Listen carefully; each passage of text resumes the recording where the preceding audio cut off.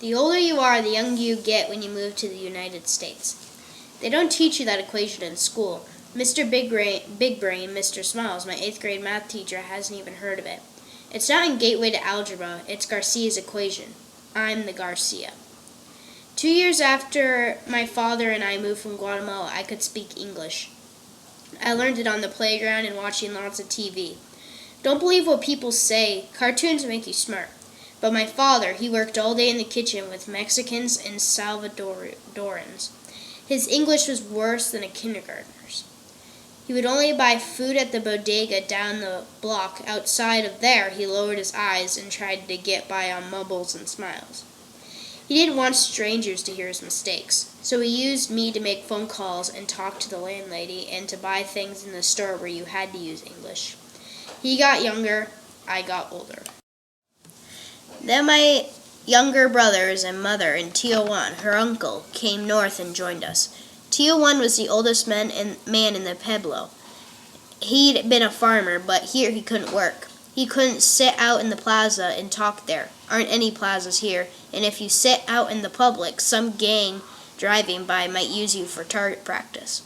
He couldn't understand TV, so he wandered around the apartment all day, in and out of rooms, talking to himself, just like a kid in diapers.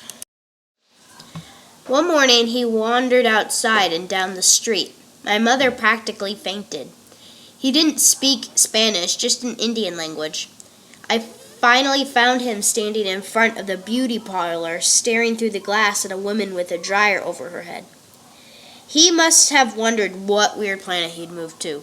I led him home, holding his hand the way you would with a 3-year-old. Since then, I'm supposed to babysit him after school.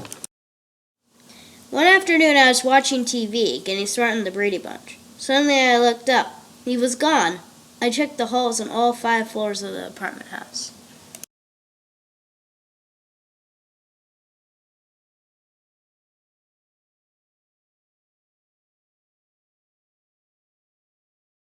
I ran to the street. He wasn't in the bodega or the pawn shop. I called his name, imagining my mother's face when she found out he had fallen through a manhole or been run over. I turned the corner looking for a white straw hat he always wore. 2 blocks down, I spotted it. I flew down the sidewalk and found him standing in front of a vacant lot, making gestures to a man with a shovel. I took his hand, but he pulled me through the trash and into the lot. I recognized the man with the shovel. He was the janitor at my old school. He had a little garden planted. Different shades of green leaves were coming up in rows. Tio Juan was smiling, trying to tell him something. The man couldn't understand him and finally went back to digging.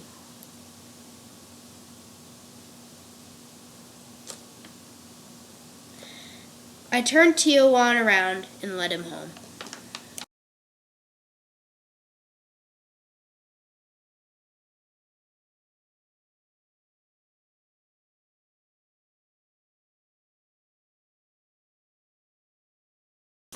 That night, he told my mother all about it. She was the only one who could understand him. When she got home from work the next day, she asked me to take him back there. I did.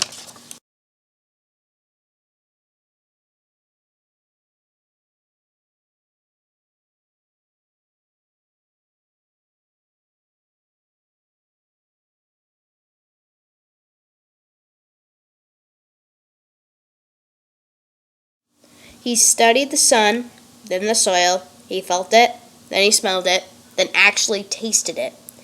He chose a spot not too far from the sidewalk. Where my mother changed buses, she'd gone into a store and bought him a trowel and 4 packets of seeds. I cleared the trash. He turned the soil. I wished we were further from the street, and I was praying that none of my friends or girlfriends or enemies saw me. 2-1 didn't even notice people. He was totally wrapped up in the work. He showed me exactly how far apart the rows should be and how deep. He couldn't read the words on the seed packets, but he knew from the pictures what seeds were inside. He poured them carefully into his hand and smiled. He seemed to recognize them, like old friends. Watching him carefully sprinkling them into the troughs he'd made, I realized that I didn't know anything about growing food, and that he knew everything. I stared at his busy fingers, then his eyes. They were focused, not far away or confused. He'd changed from a baby back into a man.